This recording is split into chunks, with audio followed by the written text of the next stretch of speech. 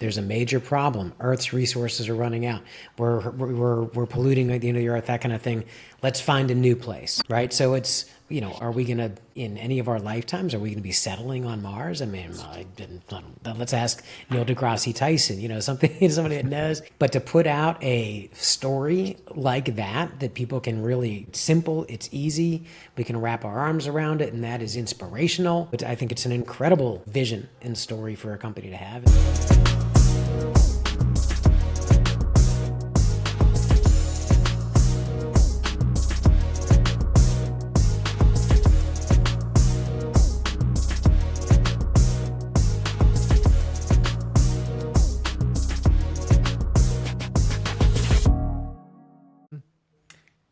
Hey everyone, welcome back to The Brand Behavior, the show where we break down marketing challenges over a good cup of coffee or whatever keeps you fueled. Today, we're diving into one of the toughest hurdles in business, and that's finding product market fit.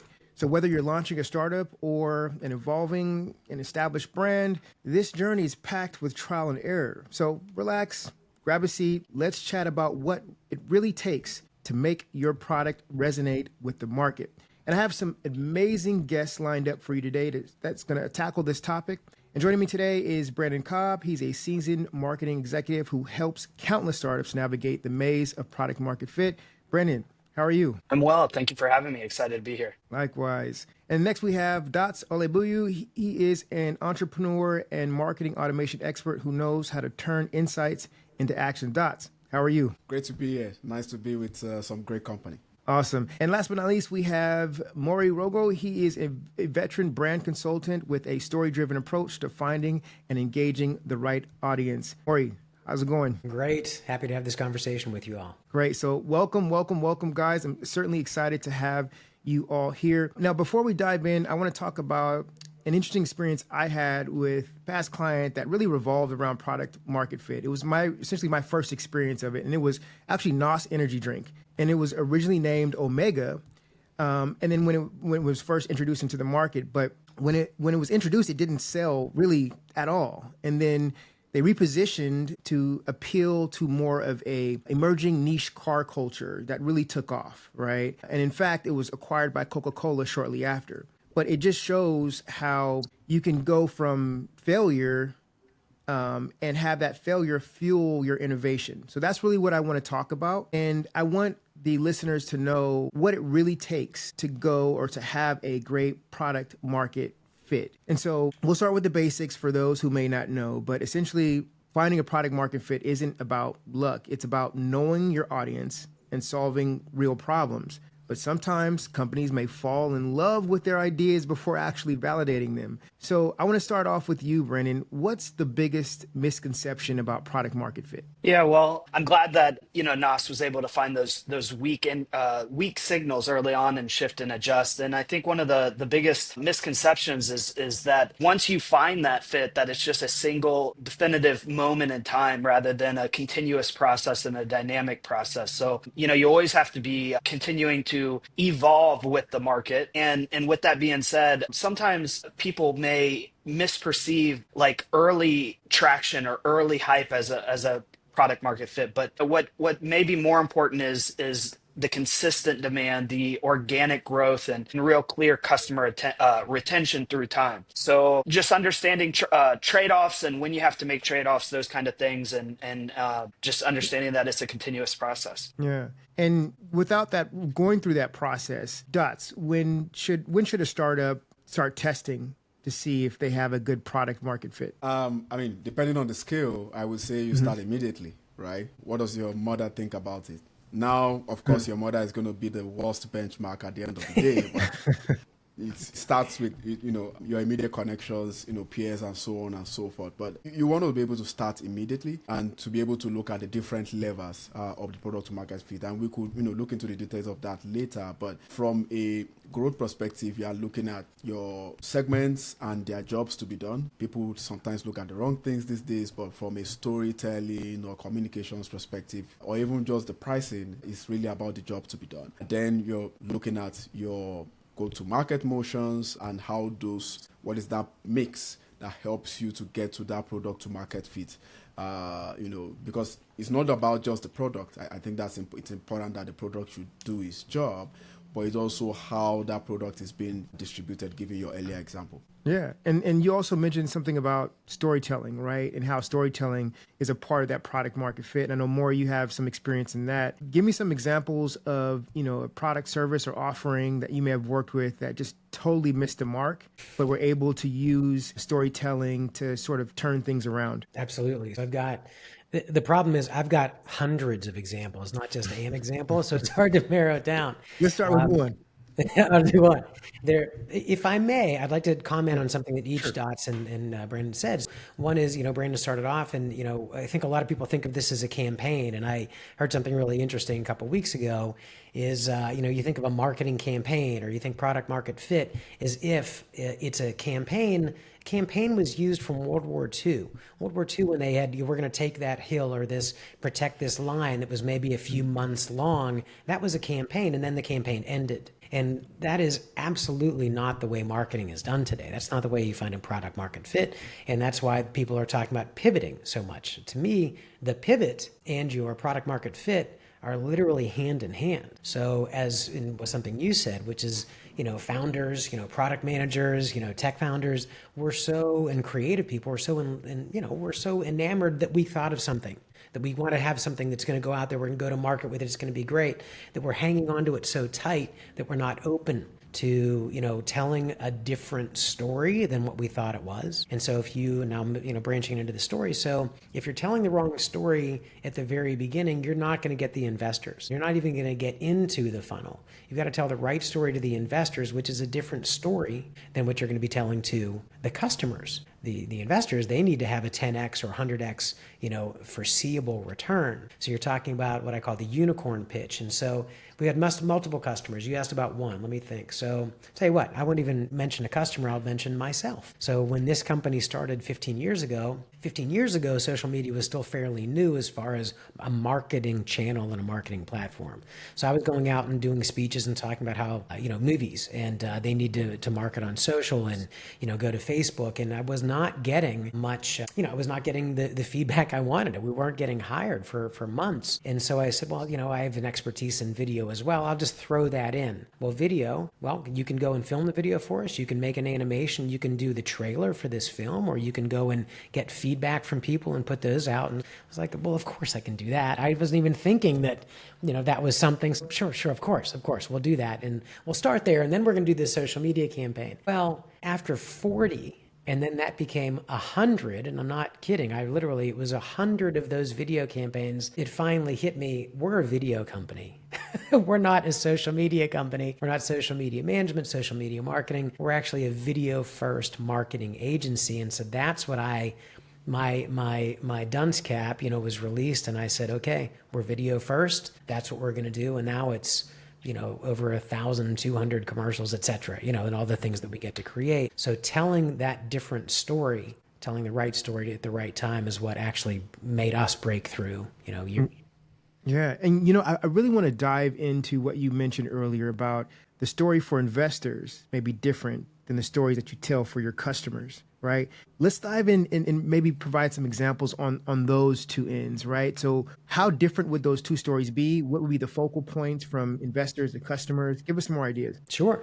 There's but by the way, I'll even throw a couple examples out that are major. There's huge. One was the Fire phone. If anybody remembers it, Jeff Bezos, Amazon, said, well, we're going to get into this phone market too. I believe it was $170 million invested for a product that didn't make it more than 6 months. And then the more recent version was Quibi, which was a kind of a short form video channel that was, I believe it was Jeffrey Katzenberg, some major Hollywood players and fundraising and so forth. And they were going to be the next, kind of TV channel. It was over $1 billion that did not turn into anything. So they were able to go out and raise capital. And so they were talking about the future. So when you're talking to investors, you need what I call the unicorn pitch, which has some really clear elements. And here's a unicorn pitch, which will work for people at the beginning, not for your customers so much. It needs to be changed. Unicorn pitch is, there's a major problem in the world. It's huge and it's life-changing, and there's only a few people that can actually affect this problem.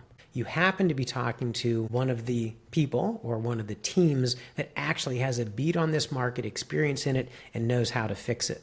There are going to be winners and there are going to be losers, and you can name a few. If you want to be on the right side of this line, help us solve this problem and this problem and this problem with this much funding, $970,000, we'll take care of this, this, and this, and we'll have a product that will be reaching this many viewers out there and solving their problems and then growing. There's a major problem. Certain people can solve it. There's winners or losers. Which side are you going to be on? And then let's look at the growth. And so that could be growth in eyeballs, in viewership, or that could be growth in dollars, right? For a customer, they see the first part. There's a major problem in the market, but it's their problem that is all that matters to them. It's not an investor problem. They're not investing in the company necessarily to get 100x return. They have a problem that they're seeing every single day. So there's a major problem that you have, and there's certain people that can solve that. And we went through the same pain. And we know, and so we did this, right? So we came up with this software, this hardware, this service to solve that problem. And then again, the winners and the losers. These folks followed the path. These folks didn't follow the path. We'd like to work with you to solve the problem for you for now and in the future. So it's a similar format, but the buyer doesn't care about the investment dollars, and the investor doesn't really care necessarily about the true business problem that's being solved, because they're not going for that. They want to know you can reach those customers and solve their problems so they get the investment back plus multiple times. Does that make sense? I think it does. I mean, it sounds like both stories revolve around solving a problem. One from an investor standpoint could be, hey, this is a problem that maybe consumers may not be directly aware of at this point, but they're starting to, and you want to sort of be ahead of the curve because we can provide a solution, maybe depending upon your offering, that can help alleviate that problem from a more top-down focus. And then you may have, from a consumer standpoint, and be there focused on their individual problem and how it can add value to their life or to the process or something like that, right? I think that could wrap up there. So I want to talk about, though, like once you have that story and you are solving problems for either the investor or the customer, what if the market shifts, right? What if there's a market shift and you are then forced to iterate again, right? Because no one may nail a perfect proposal or have a perfect offering the first time, right? They may need to evolve through feedback, so on and so forth. So I don't know, Brandon, you have some experience in this. How would you approach pivoting when things don't really go as planned? Well, it sounds like, Mari, you did a great thing of niching down when you not just being a social media wide company, but just the video specific. And I think a lot of people, they think that they're going to go out and solve every problem in the world or, every problem that people are doing. And it's not just about that. It's about finding that right solution to a specific problem. And so,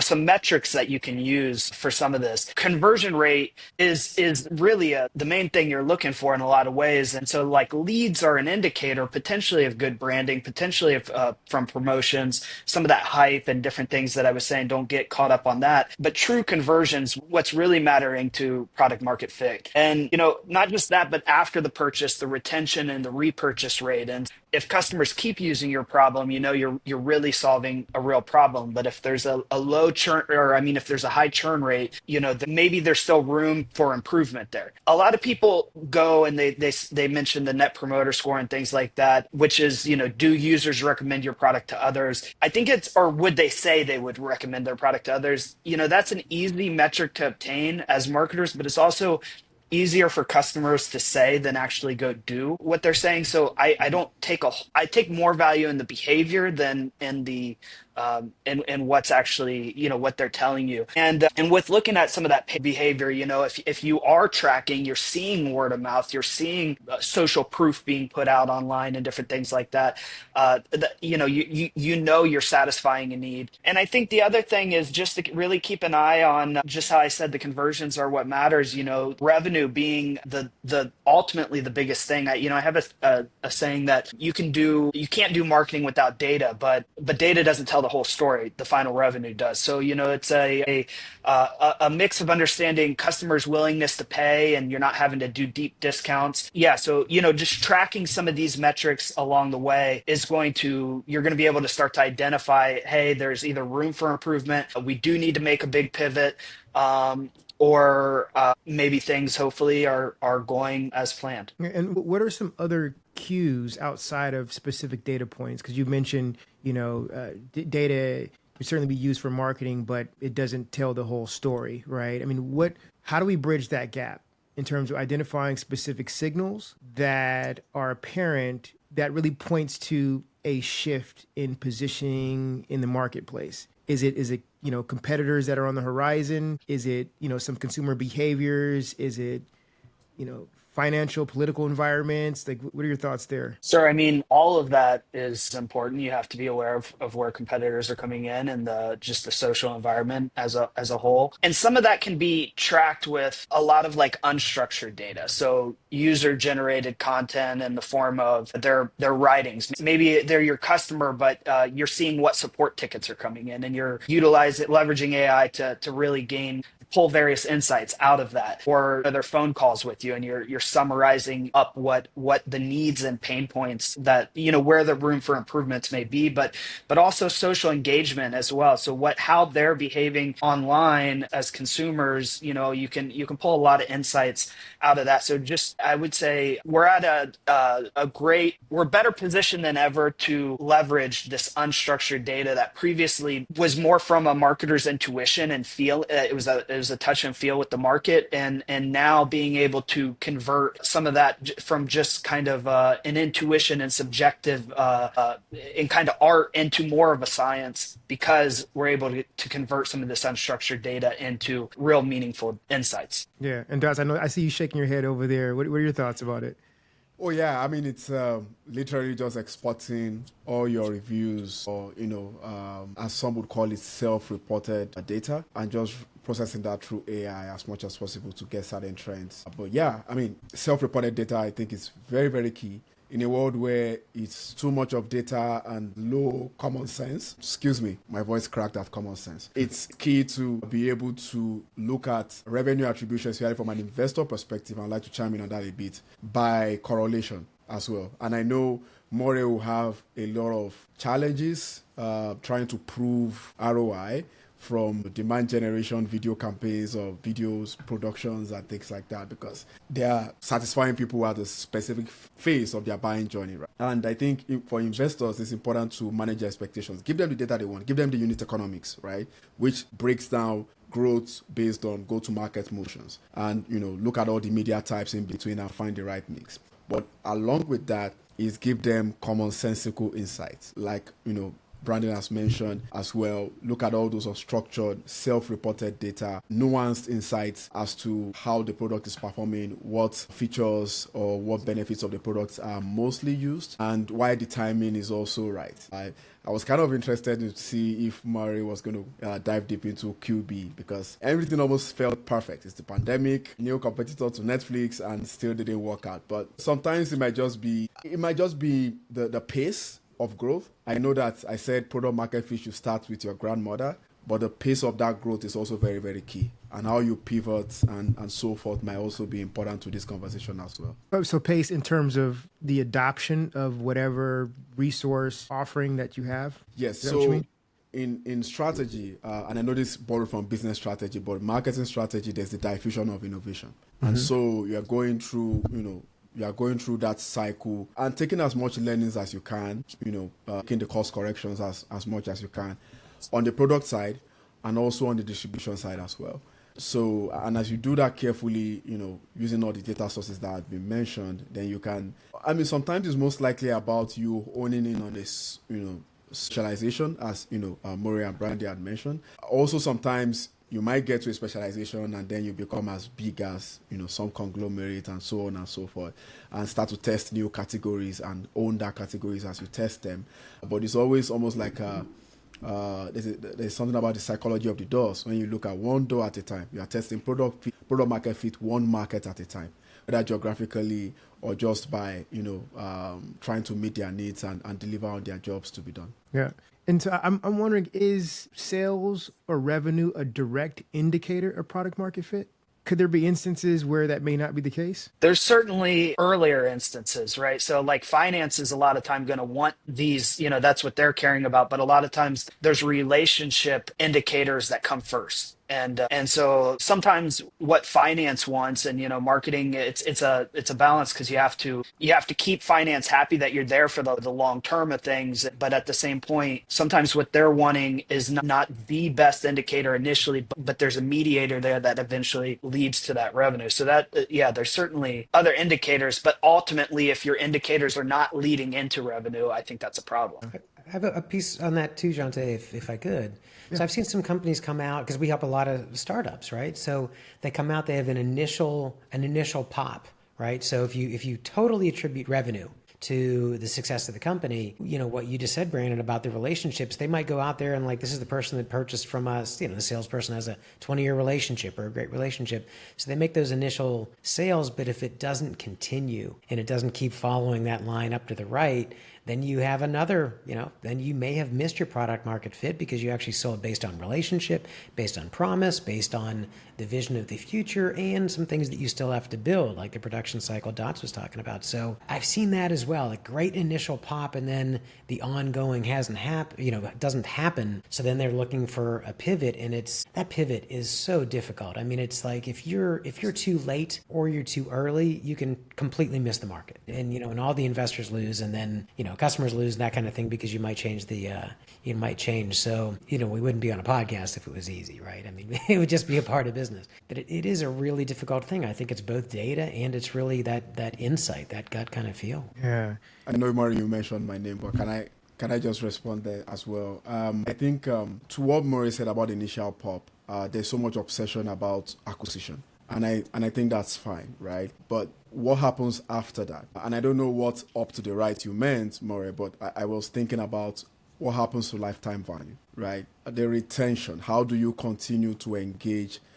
Brands like Duolingo, in my opinion, have mastered product to market fit because they have their segments and they have product level, brand level. They recently even released a song track on Netflix and all these other things. Or, you're on the video side, so you know what I'm talking about. And using that to build retention, to build continuous engagement. So if your product is not enough to keep that, engage a customer in their share of life and share of wallet via lifetime value, then the product market fit is just, you might get that pop, but you might just go down and lose to competitors at the end of the day. What comes to mind is an interesting scenario, and that is, let's say, for example, you have, your lifetime value of your customer is starting to plateau or at least be consistent, right? Month over month, period over period. But your acquisition starts to decrease, right? And when that acquisition starts to decrease, is that a cue to pivot or adapt your offering to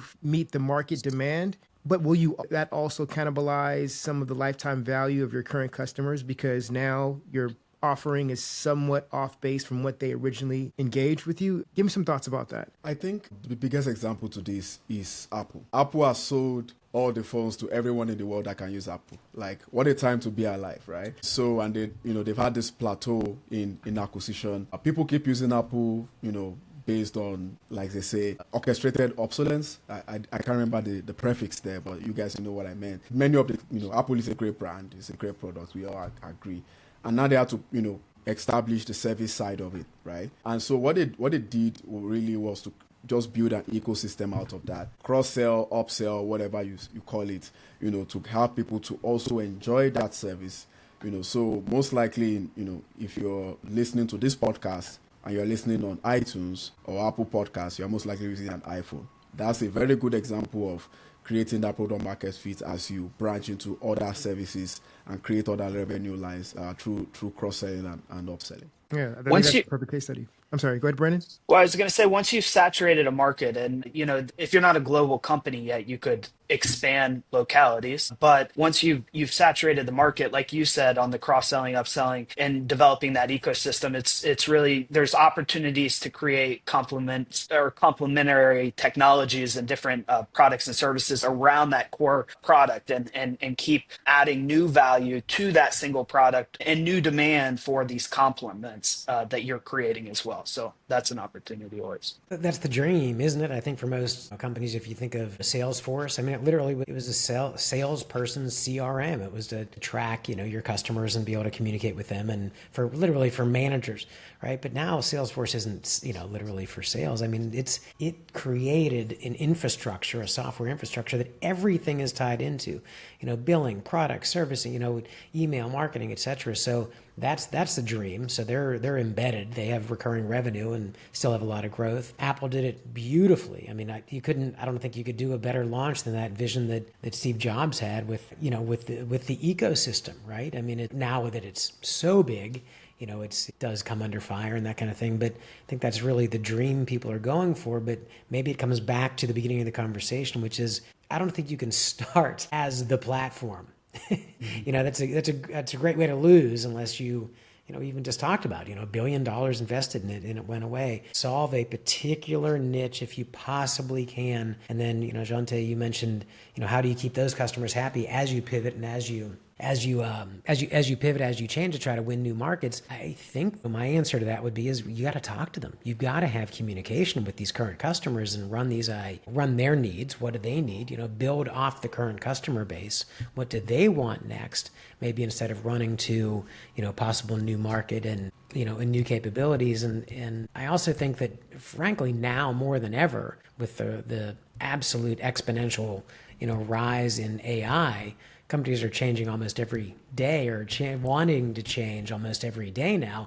Oh, we're an AI company. We're .ai. We're this, everything AI. And that'll sort of be like the .com of, 20, 30 years ago. Well, of course you are. We're all using AI at this point. And that happened in 2 years. So is that where you want to hang your hat, or do you want to still solve a particular market's problem, get to know them as best you can, fall in love with solving their problems, and then grow from there, which I do think is the best way to grow, with that real user feedback. But again, it's so difficult because we all have dreams. We're all creative and we want to do our own thing, our own way, and have this massive infrastructure, the XYZ billions in recurring revenue. So, you got to temper yourself sometimes as a founder, as a startup. No, I totally hear that. So let's talk about some hacks, right? Because who doesn't love a shortcut that actually works? Brandon, what are some tools that you swear by for product market fit? It could be any tool, process, operation, tactic. What's your favorite? Yeah. Well, so it's more of a process operations tactic, which is, I start off running. So I start off mostly with any new idea, new go-to-market concept, or even within a department, adding on new features and services that we're providing and things like that, is setting up more of a shell of the operations and outsourcing a lot of pieces of it, proving the concept, running these small experiments, proving the concept at first, and making sure there's real profitability there, and then bring it in-house. Because when you're more of just a shell and you've got a lot of it outsourced, if it's profitable at that point, it's going to be more profitable in a lot of ways for most things, as long as you have the capabilities to eventually bring it in-house. And so I would say that's just one way I do things, is oftentimes more of an outline first, and once proven, bring it in. And Dots, what about you? I'll go really technical here for the masses. So I've used tools like SimilarWeb for competitive intelligence, very great tool. And a few other tools out there that try to explain product market fit from a digital perspective, like Sparktoro, so kind of like an audience research platform. But when it comes to the process, I've mentioned quite a bit there, but whether you are creative, you are too creative or you're too technical, even if you need to be on the balance of common sense, that unit economics is key, being able to look at unit economics across various GTM motions, and when I say GTM, go to market, like inbound, outbound, partnerships, communities, platform-based, and so on and so forth, product-led growth, and so on and so forth. Being able to look at how those pillars can help. Not all pillars will work for your business, and there are pillars for consumer brands or B2B brands. But looking at those pillars and looking at which of those would help as you approach the product to market fit, and also which media types would support that. What are the owned media types that will support that? What are the earned media types that will support that? What are the paid media types that will support that? Is also very key. Now, in terms of the content or the communication that comes through those media in telling the story of your product,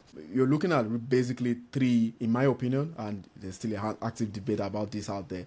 We are looking at three basic concepts, if you like, approaches. So the first one is the obvious brand awareness side. Then you have the demand generation side, and then you have the performance side. It is my opinion that some folks like Marvel would create movies on the brand awareness side so that they can use demand gen and performance marketing to sell the toys. I don't know which one is more profitable, but it's kind of how I see movies with franchises these days, right? So how do you structure that marketing approach across your specific markets? Are you like Liquid Death, who is targeting the clubbing person or the rock star, or or you're even looking at how they even use their GTM motions? They do a lot of partnerships these days, collaborating with coffin makers and all these very unique perspectives on how they push soda water. How do you tell the story, of the brand?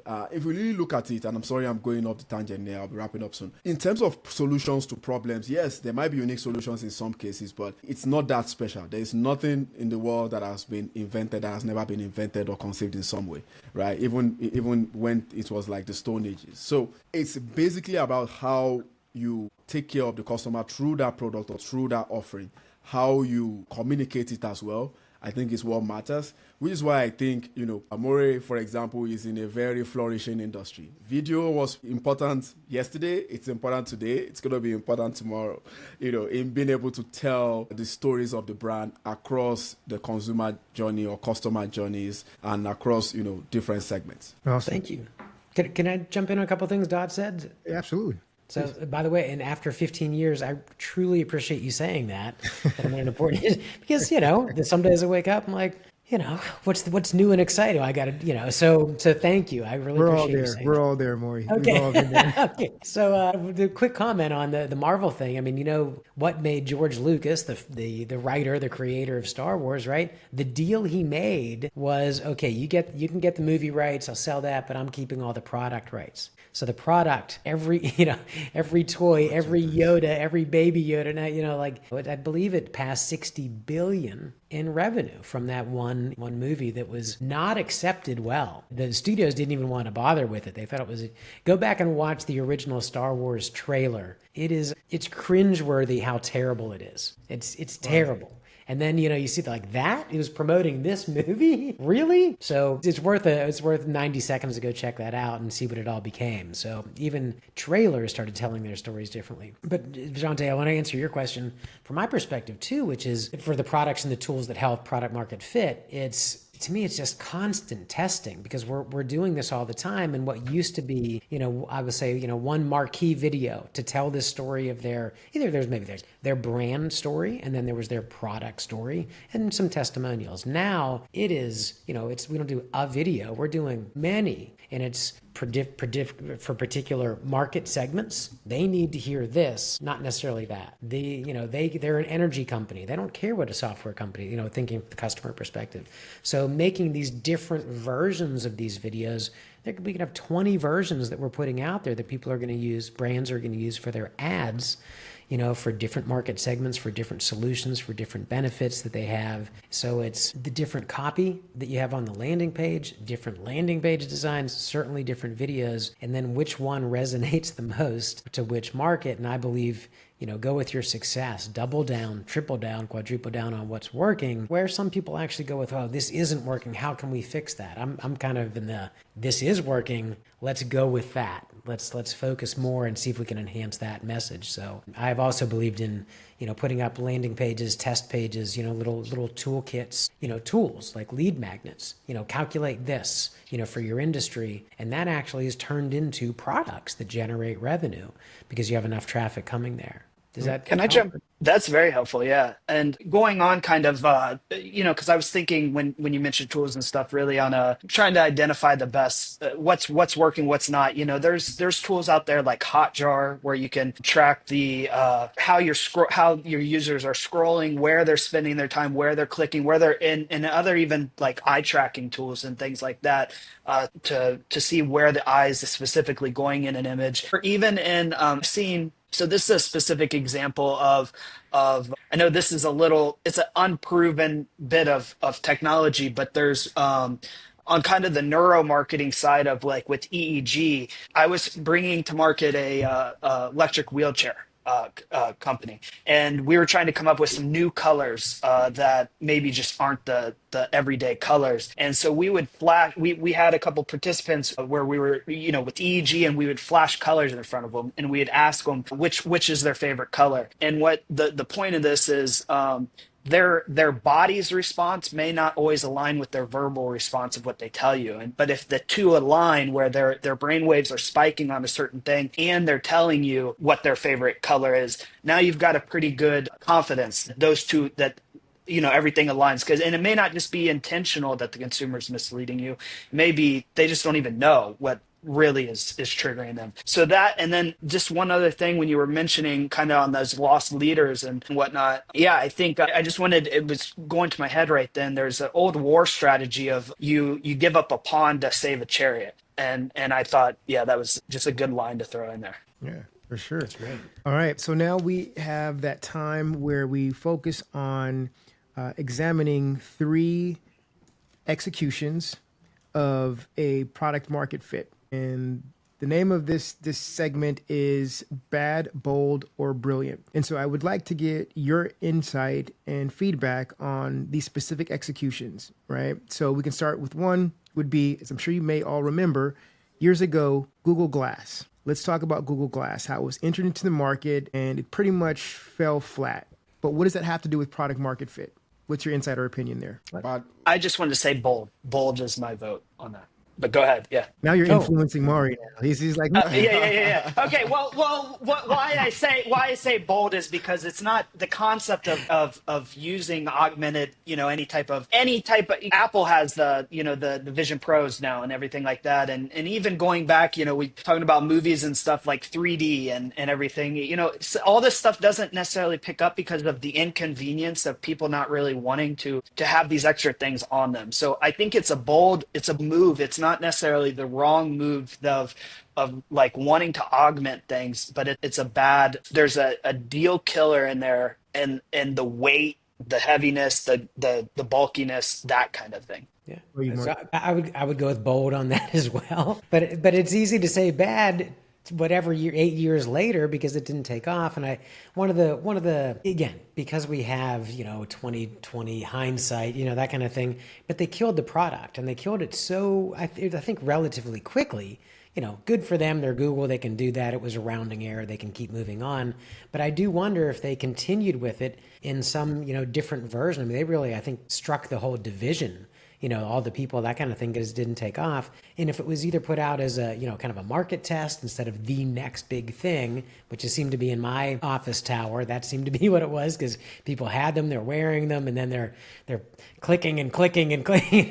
Like, what are you doing? And they couldn't make it work. So that's why it was bold, because it wasn't quite ready for the market. But I do think that AR, augmented reality, actually has an amazing future, especially now where, if the alternate was, let's go into the metaverse where you're completely closed down and locked off and you're, kind of in another, world. So Google Glass, say bold, and I think it's going to make a comeback. So I think it may turn out to be brilliant.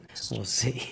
yeah, I mean, I'll go with bold too, even though I hope you're right, Maury, that it will make a comeback, because Google as a brand is kind of like trailing now, instead of being those who would come up with stuff first, Gmail and all that stuff. But yeah, bold, because I wouldn't say it's bad, because now we have Meta and Ray-Ban glasses, so there is some version of that slowly coming out there, and people experimenting on spatial computing. Bold Badder, and what's the third one again? Sorry.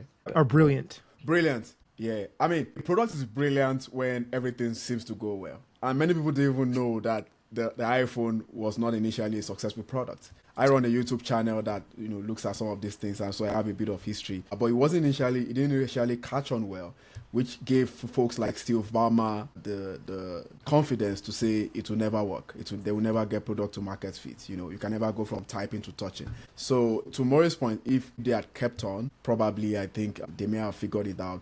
And sometimes, may I add, some technologies wait on other technologies, some technology adoptions may wait on other technology adoptions to function. So that may also be the reason why some products didn't turn out the way they were supposed to, because timing was not just right. Yeah. And it seems as though like sort of massaging the market and creating demand is the biggest key, obviously, when creating product market fit, especially when we look at the Google Glass comparison. I mean, from the technology side of things, from a consumer perspective, there's a learning curve, right? For I would say most consumers, the average consumer, but then also connecting it to their real life experiences. I think there's some disconnection there, and I feel like they may have tried to create that demand before actually digging into the data to figure out if that was actually something people needed, right? And I think it goes along with the Google Plus, right? Social media network, right? I think it was something more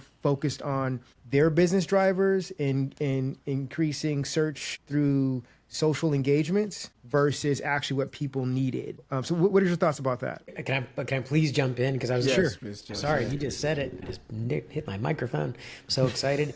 The Google was, and again, I'm no problem with Google, not trying to disparage in any way, but it felt pretty self-serving. What are you going to be seeing there? Ads that would be served through there. I'm looking at this building. I see that sign. I see an augmented reality kind of thing. There wasn't practical applications that would make our regular lives better. For example, let's pretend Google Glass started with surgeons or cardiologists. Okay, now they're like all the use cases are built in there. I hear the heartbeat and I know it's this. That could also mean there's an arrhythmia. That could also mean there's a congenital heart defect. I know too much about this stuff because my All the key words there.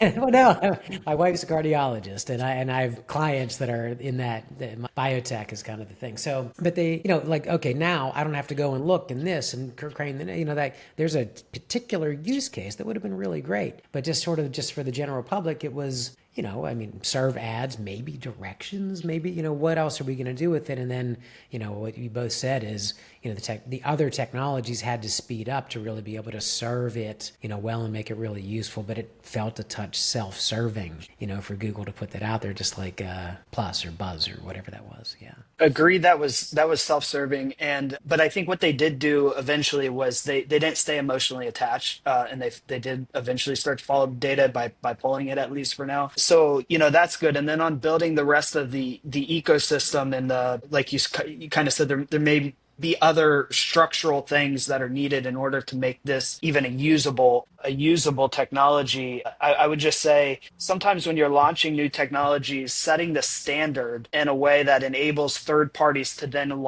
latch onto that standard in a complementary form. But sometimes also at the same point, companies with great new technology are afraid of disclosing elements of their technology to allow that standard to be created because they're afraid of getting ripped off. So you got to balance the pros and cons of that. That makes sense there. And for our next examination, it really revolves around, again, consumer demand, adoption of technology, and even in this case, ideology, right? I want to talk about Elon Musk's SpaceX and their mission to send people to Mars, or really have some cohabitation between Earth and Earth. Do you think as a customer base, people who actually could buy tickets to go to Mars, right? Are we ready for that? And if so, what is SpaceX doing in order to get us ready for that and creating demand in that space? I mean, if you take me to Mars at 99, then I know if anything goes wrong, I've lived a full life. So, but that's a very good question.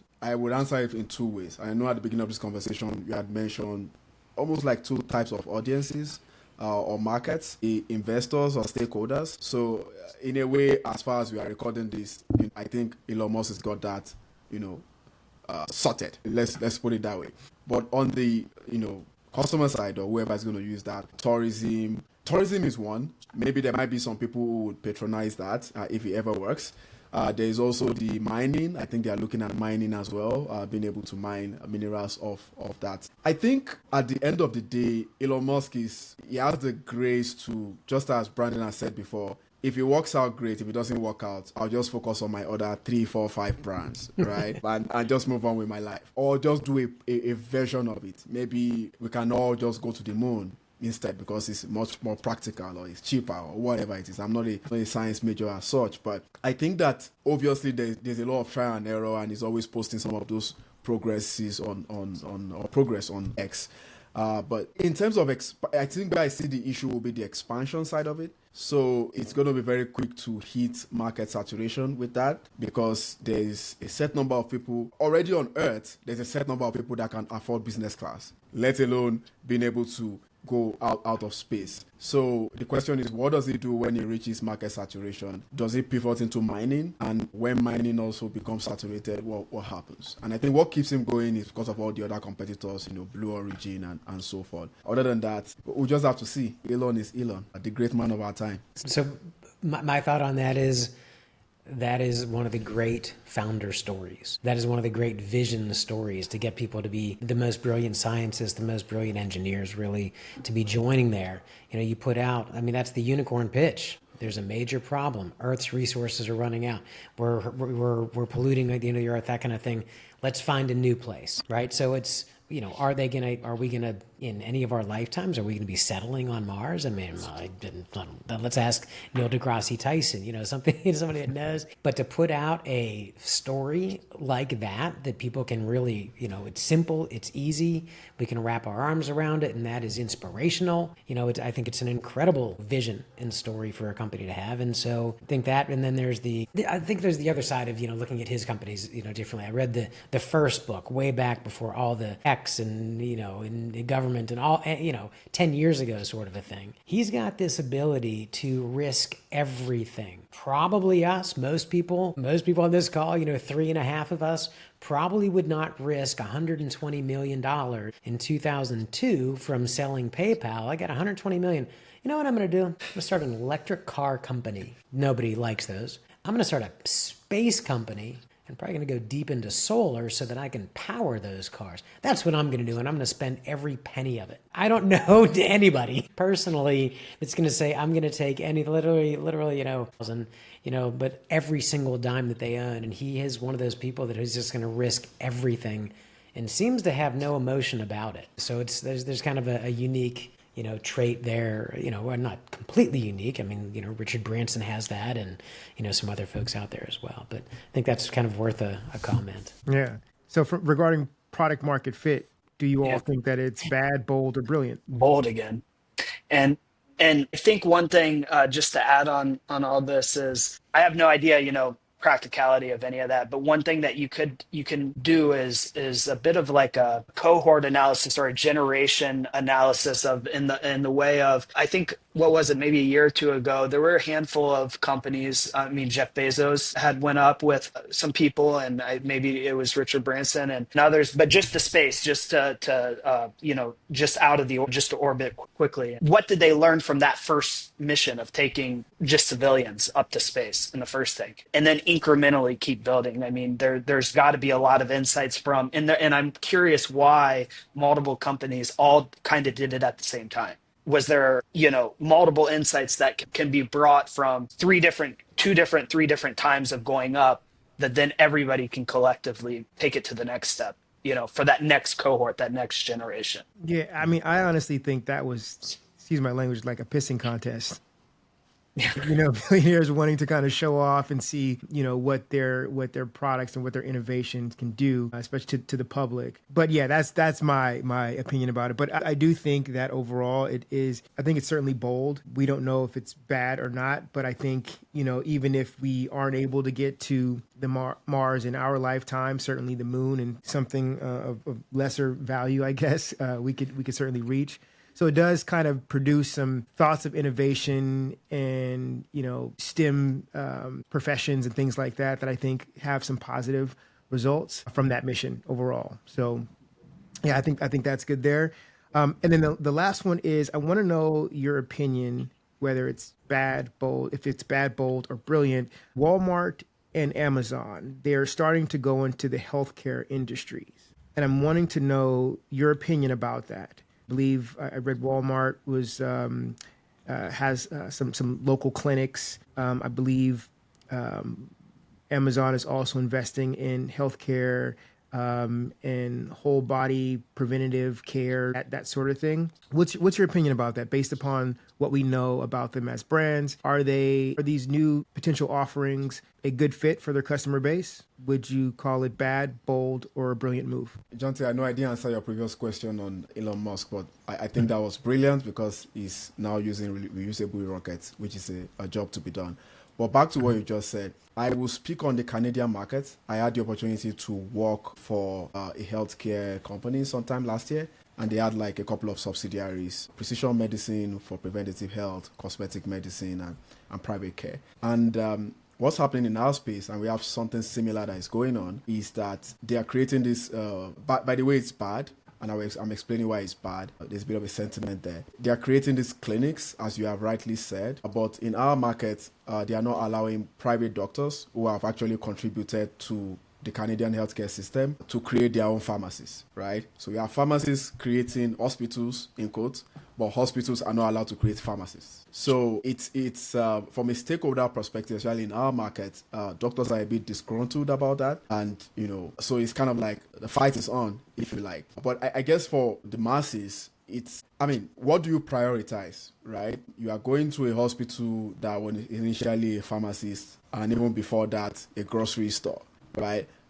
Versus going to the doctor who the best can only just prescribe, and then you have to find the drugs yourself. So there's a little bit of a market confusion in there. Throw into that the startups that are coming up saying they can test your drop of blood, and then there's all these bad deals that happen because of that.